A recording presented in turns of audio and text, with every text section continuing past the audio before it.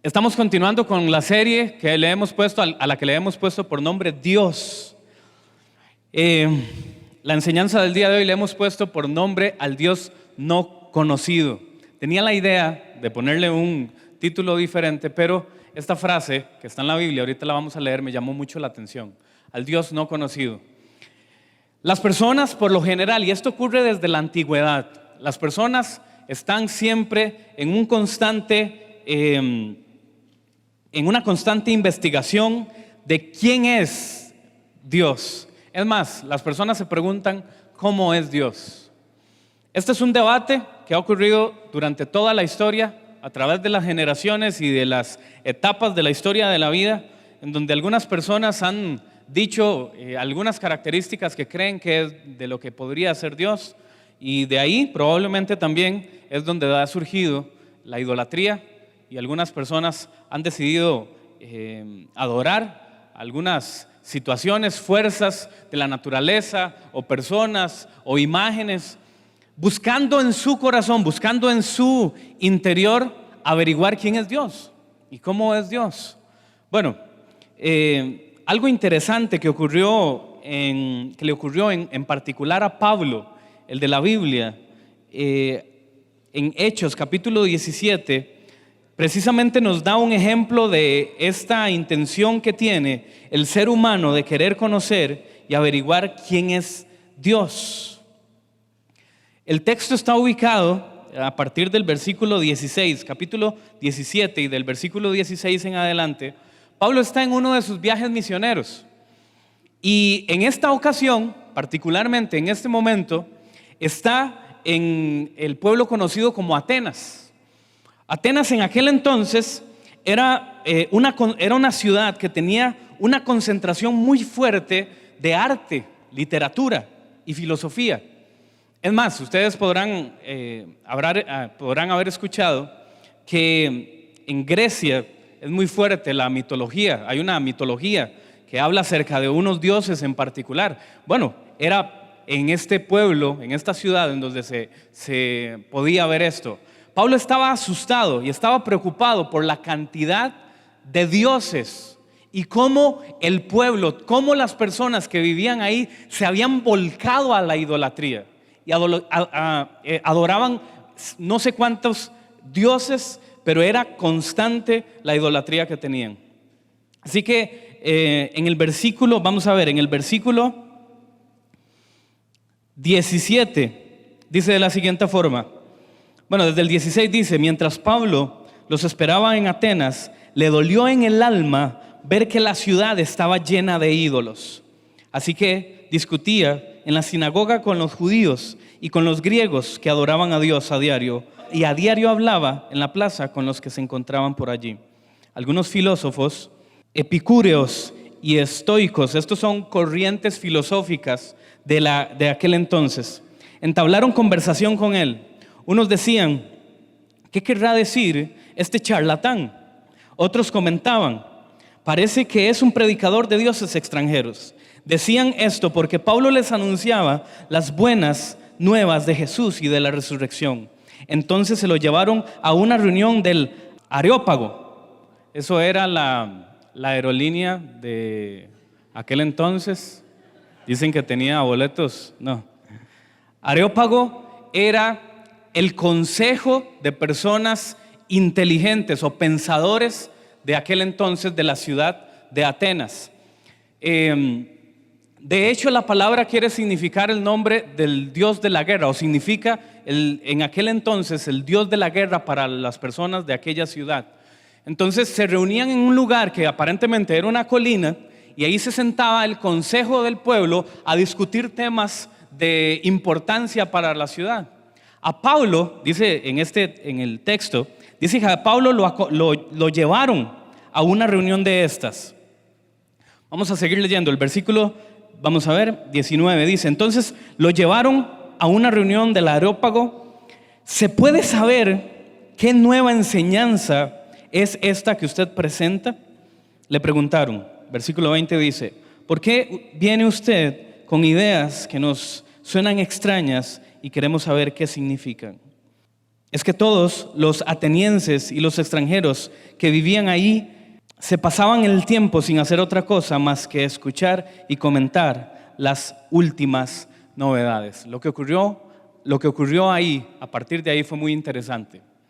Pablo, cuando llegó al lugar de la reunión con este consejo, se dio cuenta, caminando en medio del lugar, que tenían altares, que tenían como construcciones en donde ponían a los dioses que representaban en aquel entonces a su pueblo. Entonces por allá había un altar y una construcción dedicada al dios de la guerra. Por allá estaba construido y edificado un altar que representaba el dios del cielo. Había otro por ahí que era el dios del mar, y había así altares y edificaciones, construcciones distintas de la imagen de los dioses que cada uno de ellos adoraba. Pero a Pablo le llamó la atención una situación. Había un altar que solo tenía un rótulo, no tenía ninguna imagen, no tenía ninguna edificación.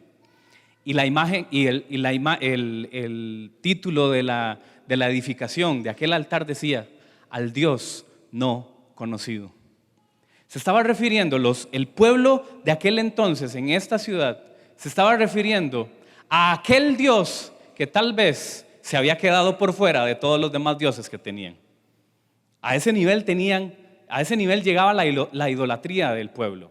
Tenían dioses para todo, pero por si acaso se quedaba algún dios que ellos no conocían, que ellos no habían descubierto, que ellos no habían entendido, entonces ya le tenían una edificación con el título: al Dios no conocido. Vamos a ir al versículo 24. Desde el 23, al pasar y fijarme en sus lugares sagrados, encontré incluso un altar con esta descripción. En esta versión dice: a un Dios desconocido. En Reina Valera dice: al Dios no conocido. Pues bien, en eso que ustedes adoran como algo desconocido, es lo que yo les anuncio. ¿Saben qué hizo Pablo? Pablo aprovechó la oportunidad para decirles: es cierto, hay alguien que ustedes no conocen. Tienen razón, hay alguien que es verdaderamente desconocido para ustedes, y yo tengo la oportunidad en este momento de presentárselos. Versículo 24, y les dice: el Dios, escuche la declaración que les hace Pablo, el Dios que hizo el mundo y todo lo que hay en él es Señor del cielo y de la tierra. No vive en templos construidos por hombres, ni se deja servir por manos humanas como si necesitara algo. Por el contrario, Él es quien da a todos la vida y el aliento a todas las cosas. ¿Qué le parece esta declaración que hizo Pablo? En otras palabras, les golpeó en la cara literalmente con todo el amor del Señor. Prácticamente les predicó y les dijo la verdad acerca de Dios. Usted puede leer la historia después de todo lo que ocurre por ahí. Dice que al final del texto de esa historia, dice que algunos de los que escucharon a Pablo decir todo esto le siguieron. Este hombre había logrado que alguien en aquel lugar tan idólatra reconociera que Dios era real y que podía cambiar a las personas. Todo esto porque desde la antigüedad las personas se están preguntando: ¿cómo es Dios? ¿Usted alguna vez lo ha hecho? ¿Se ha imaginado alguna vez una imagen de cómo sería Dios? ¿Lo ha pensado? Aunque haya sido cuando era niño. ¿Se imaginó a Dios de alguna forma? Grande, grueso, con barba blanca, sentado en un trono. ¿Se ha imaginado algo así alguna vez? Bueno, yo creo que en algún momento a todos nos ha dado la curiosidad por imaginarnos quién es Dios. Ahora también nos encontramos en la calle diferentes imágenes que representan a Dios o que intentan representar a Dios. La iglesia tradicional, la iglesia católica, por ejemplo, tiene algunas imágenes que intentan representar a Dios. Por ejemplo, les traje algunas de ellas. El niño Dios, ¿Han escuchado el término? El niño Dios. Otra imagen que la iglesia muy frecuentemente trata de poner en nuestras cabezas para imaginarnos quién es Dios. Este es Jesucristo, obviamente. Es una imagen que trata de representar a Jesús. Otra imagen, la número 3. Dicen que esta es la Santísima Trinidad. Entonces, de un lado está con barba blanca, está el Padre, está Jesús con la cruz y los de abajo, ángeles supuestamente, ¿verdad? O me imagino que son ángeles. Así, y bueno, en el centro está la paloma que representa al Espíritu Santo. En otras palabras, siempre ha habido una intención de representar a Dios. Siempre ha habido un deseo, un intento de representar a Dios. Pregunta, ¿usted se imagina a Dios así? No sé. Hay imágenes que también circulan en internet que podrían intentar darnos una idea de quién podría ser Dios. La que sigue, por favor. Por lo general a Jesús lo representan con ojos claros, con barba, pelo largo, ¿verdad? Hay una sensación de pensar que Dios se enoja también, ¿verdad?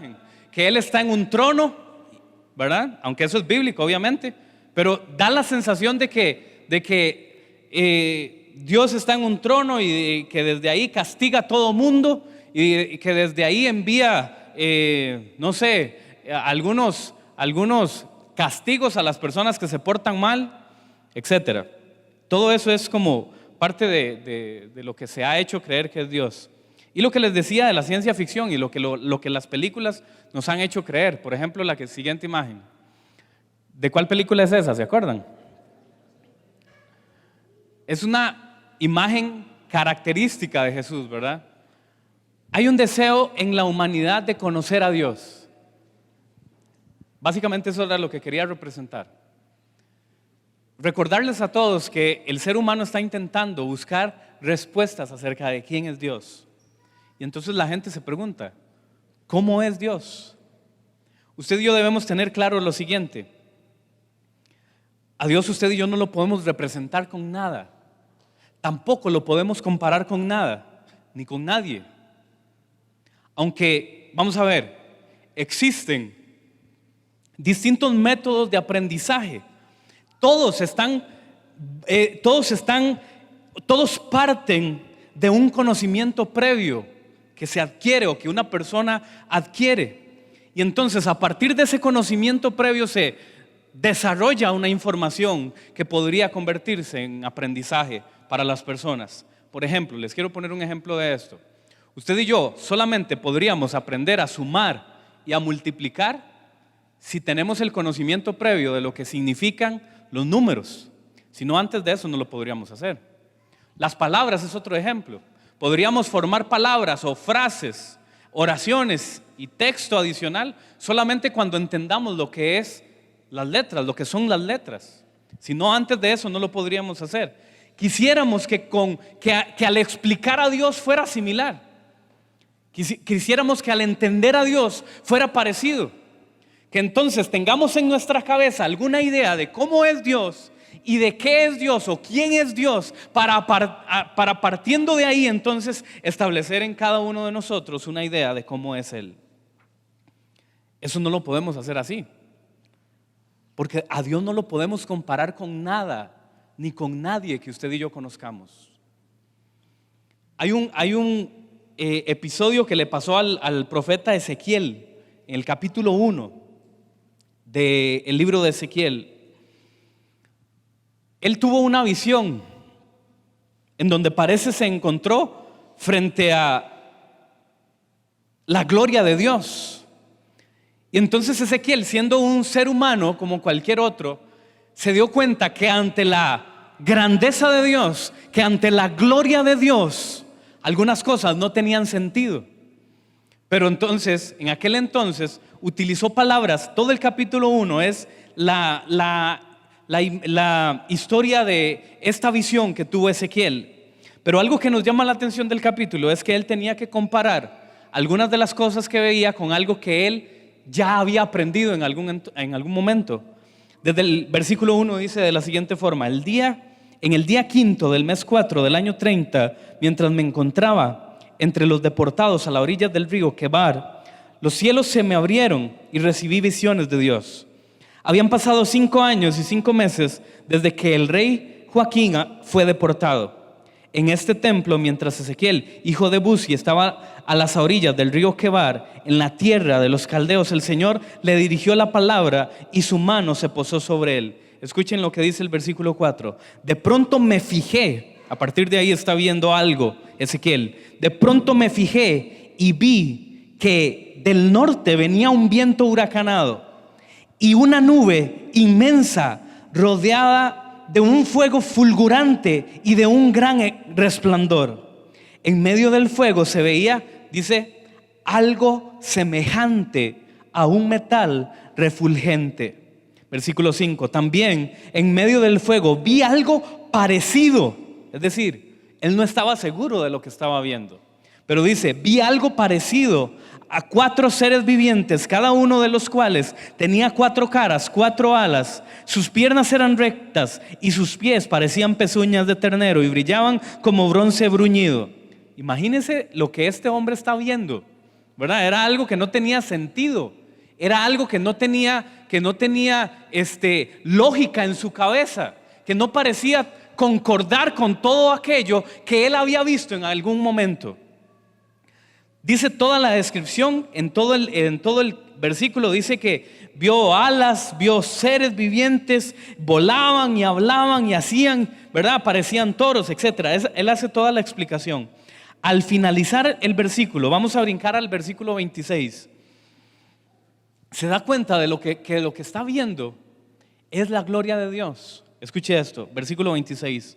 Por encima de esa bóveda, otra vez, había algo semejante a un trono de zafiro. Algo que a él le parecía que era un trono de zafiro. Y sobre lo que parecía un trono había una figura de aspecto humano. De lo que parecía ser su cintura para arriba, vi algo que brillaba como el metal bruñido rodeado de fuego. De su cintura para abajo vi algo semejante al fuego. ¿Escuchan qué clase de descripción está dando de este personaje? Y un resplandor a su alrededor, el versículo 28. El resplandor era, otra vez, semejante al del arco iris cuando aparecen las nubes en un día de lluvia. Tal era el aspecto de la gloria del Señor. Ante esa visión, ¿qué dice? Caí rostro a tierra y oí su voz que me hablaba. Dios le está dando la oportunidad a una persona de verle en cierta forma. Pero yo me pregunto, ¿habría sido lo que Ezequiel se hubiera imaginado que era Dios? Estoy seguro que él estaba asombrado de lo que estaba viendo, claro que sí. Estaba asombrado de lo que estaba viendo. Pero no se hubiera imaginado que Dios se le mostrara de la forma en la que se le mostró.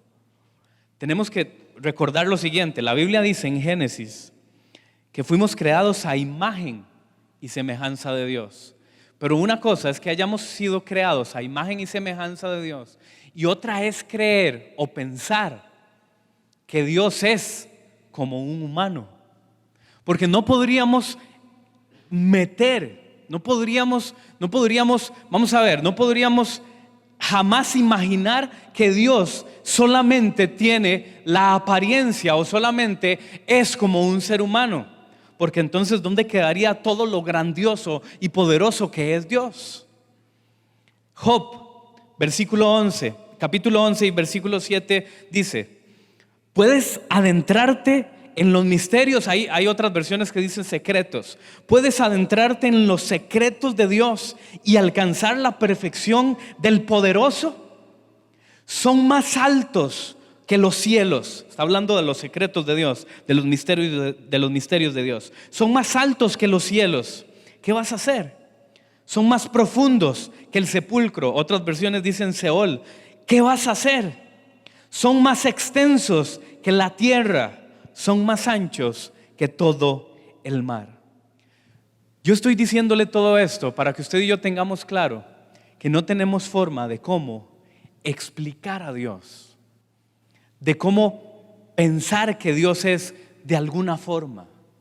Pero entonces, después de escuchar todo esto, tenemos que preguntarnos, ¿cómo entonces podríamos conocer a Dios?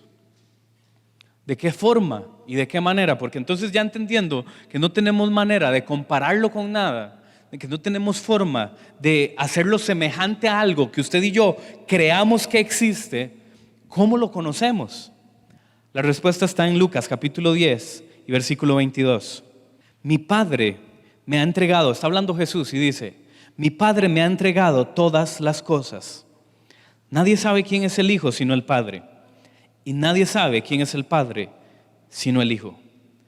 Y aquel, escuchen esta que es la clave aquí, y aquel a quien el Hijo quiera revelárselo.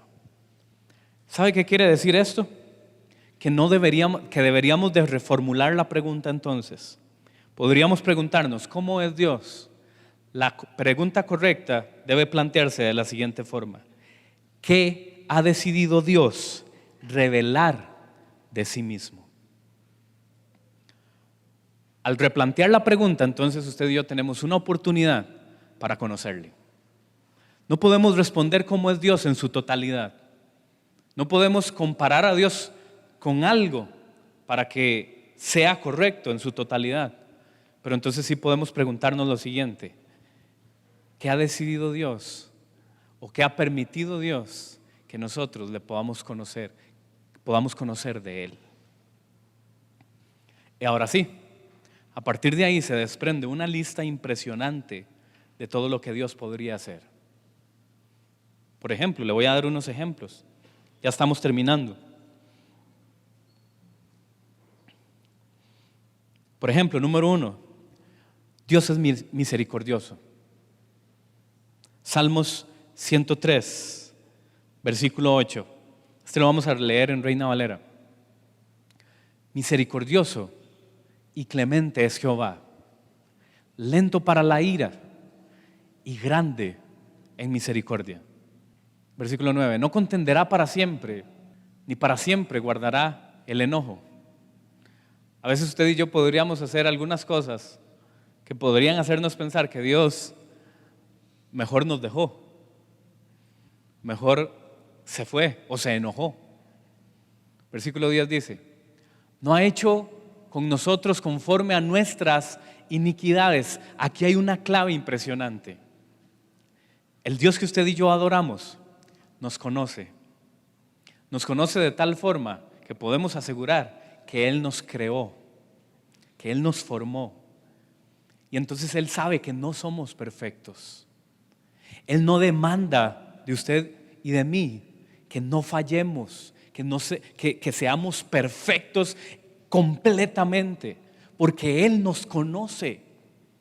Él sabe quiénes somos. Y entonces dice, no ha hecho con nosotros conforme a nuestras iniquidades. En otras palabras, no ha hecho con nosotros lo que en realidad debería de ocurrir por todo lo que hemos o podríamos haber fallado.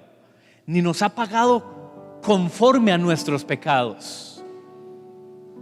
Porque como la altura de los cielos sobre la tierra, engrandeció su misericordia sobre los que le temen. ¿Sabe quién es nuestro Dios? Un Dios de misericordia.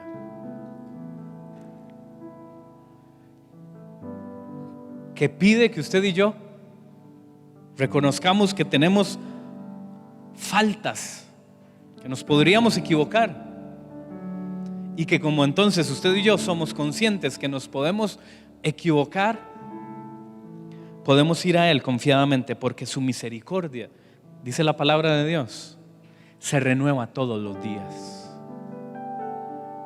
Nuestro Dios es tan impresionante que sabe que todos los días ocupamos una extensión de esa misericordia.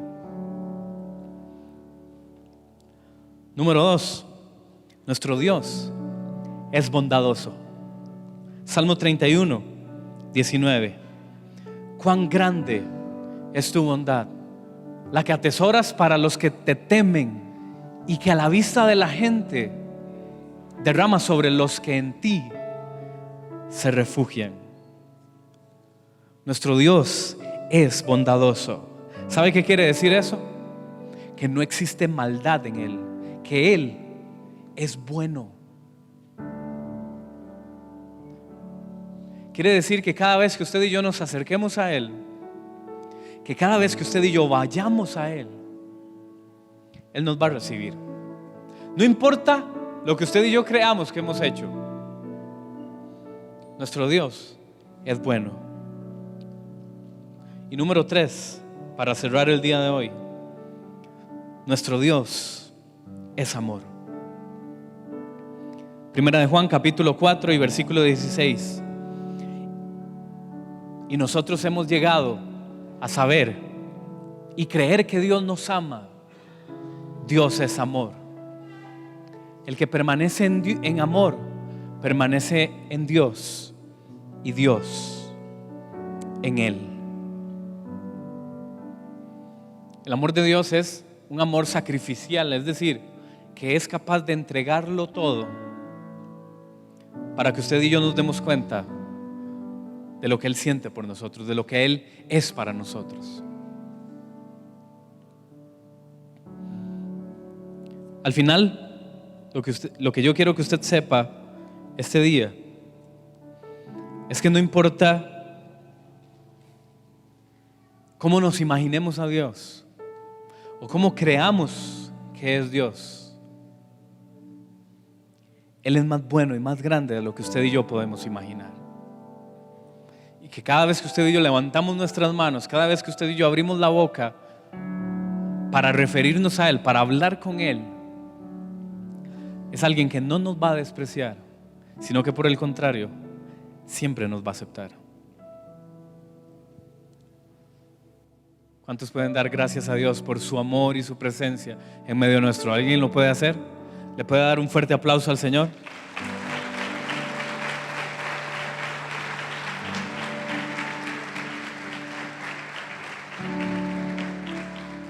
¿Puede ponerse en pie, por favor? Después de reconocer que tal vez no podamos explicar a Dios, sí tenemos una oportunidad hoy de reconocer que Dios es real y que cuando le adoramos estamos adorando a aquel Dios que es todopoderoso, Rey de reyes y Señor de señores. Por eso vamos a adorarle, vamos a exaltarle, vamos a decir que Él es grande. Puede cerrar sus ojos, puede levantar sus manos, puede adorar al Señor en este momento, reconociendo su poder y su grandeza. Alcen los ojos y miren a los cielos. ¿Quién ha creado todo esto? El que ordena la multitud de las estrellas, una por una, y llama a cada una por su nombre.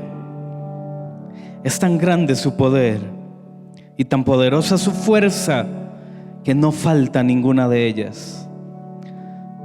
¿Acaso no lo sabes?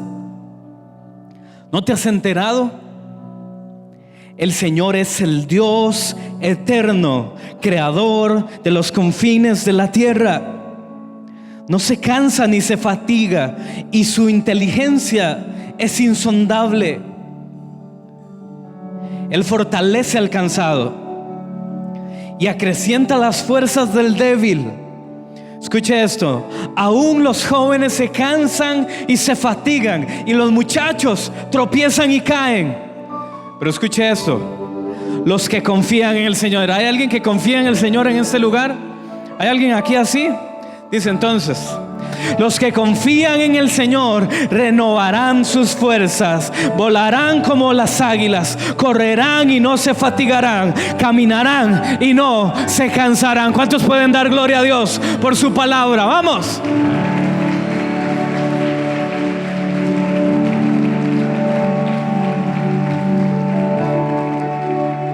Señor, gracias por tu amor y tu presencia en medio nuestro, y por permitirnos, Señor, tener acceso hasta tu presencia.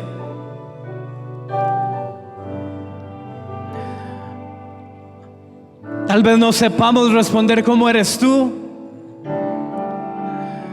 pero queremos conocerte cada día más, Señor. Y que de esta forma podamos, Señor, acercarnos todos los días con confianza hasta donde tú estás, Señor. Te damos muchas gracias por tu amor y tu presencia en medio nuestro. En el nombre de Jesús. Amén. Amén. Y amén.